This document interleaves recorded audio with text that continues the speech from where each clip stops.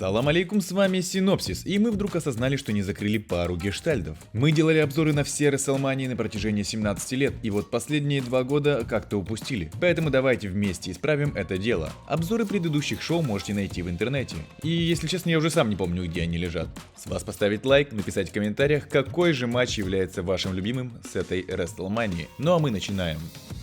Сходу шоу начинается с поединка за командные титулы. Братья Усо защищали свои трофеи от Рика Брукса, кто бы это ни был, и, как сказано в Википедии, Синсуке Накамуры. Ввиду того, что Рик по ходу матча получил травму, японцу пришлось закачивать все дело в гандикап матче. Собственно, поэтому мы ничего достойного и не увидели. Предсказуемая защита титула, оценка матча Не хочу больше оценки ставить, все, забыли.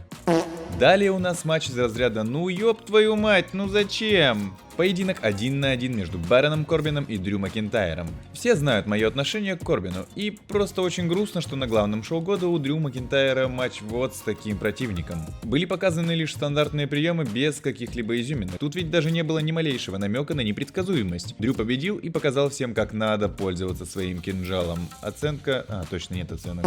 Далее по курсу наконец-то нормальный поединок.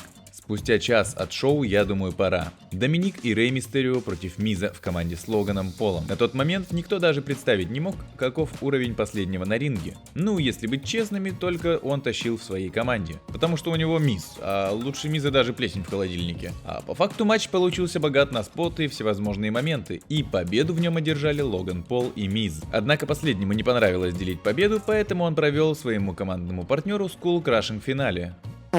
Следом по курсу матч за титул женской чемпионки Ро. Бекки Линч защищает свой трофей от победительницы королевской битвы Бьянки Белэйр. Не знаю, помните вы или нет, но я не фанат рыжеволосой бестии, поэтому душой и сердцем был за Бьянку. Для алфагов скажу, что именно песня «Наступит ночь» является моей любимой в ее творчестве. Поединок был хорош. Много спотов, реверсов, кикаутов, но камон. Мы же знаем, какой уровень девушки могут показать, и это был далеко не их предел. Несмотря на то, что Бьянка по ходу матча получила травму глазницы, смогла одержать победу и стать новой чемпионкой. Самый предсказуемый и одновременно непредсказуемый матч следом. Сет Роллинс против секретного оппонента, которого выбрал Винс Макмен. Если бы все держалось в тайне, тогда я бы обоссался от счастья. А так все знали заранее, поэтому я просто сикнул. Ну, тут я вообще ни в чем не сомневался. С самой первой секунды было понятно, что уровень рестлеров на ринге позволяет им творить чудеса. Финишер, кекауты, отсылки. В этом матче было все, что нужно фанату рестлинга. Эти двое просто украли шоу, а краже такого уровня никто даже и не сопротивлялся. Миллион кроссроудсов и победу одерживает дебютант. Возвращенец. Извращенец.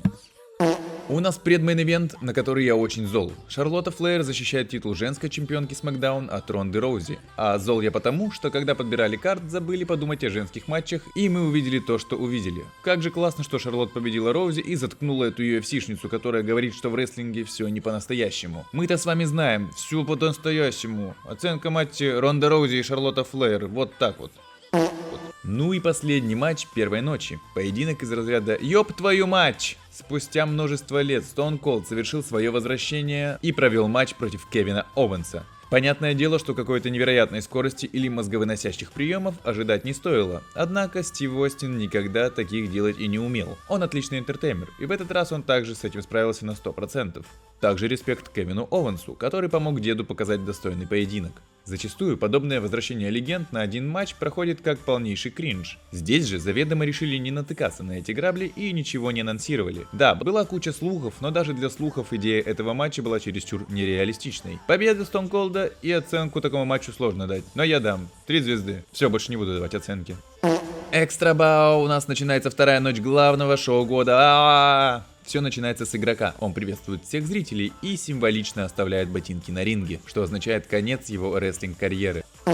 Первым же матчем на шоу становится бой за титулы командных чемпионов. Кроме того, что это был крутой и насыщенный матч, сказать больше-то и нечего. Невероятный темп, крутые споты, да и гребаный Рэнди Ортон в матче за командные титулы. Ох уж этот лихой 2022. По факту за не такое уж и большое количество выделенного времени было показано огромное количество спотов. По сути, каждый из 6 рестлеров смог так или иначе себя показать. Для открытия шоу этот бой был просто идеальным выбором. Да и закончилось все тонной красивых RKO и победой командных чемпионов.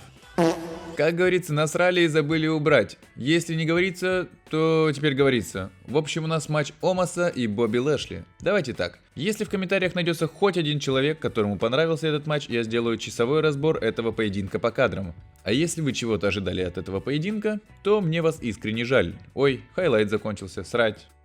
Следом у нас самая классная реклама чего-либо. Сэмми Зейн против Джонни Ноксвилля в матче по правилам «Все что угодно может произойти». Ну вот, все что угодно и произошло.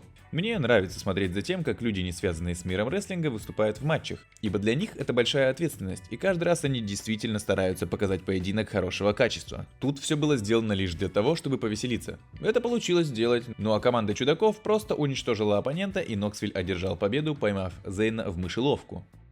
Следом у нас шлаковый матч за титулы женских командных чемпионок. Вообще ничего интересного, чисто сходить в туалет, вернуться и увидеть, что Саша Бэнкс и Наоми стали новыми чемпионками. Большего для счастья и не надо. Просто по факту весь матч превратился не во что-то полноценное, а тупо обмен обычными финишерами, а потом командными финишерами. Не такого спотфеста мы, конечно, ждали от WWE, но имеем, что имеем. В старые добрые времена мы бы сказали, что оценки в матче достойны только Кармела, но тут даже она не вытянула. Да и у нас сейчас другие времена, мы вообще оценки не ставим.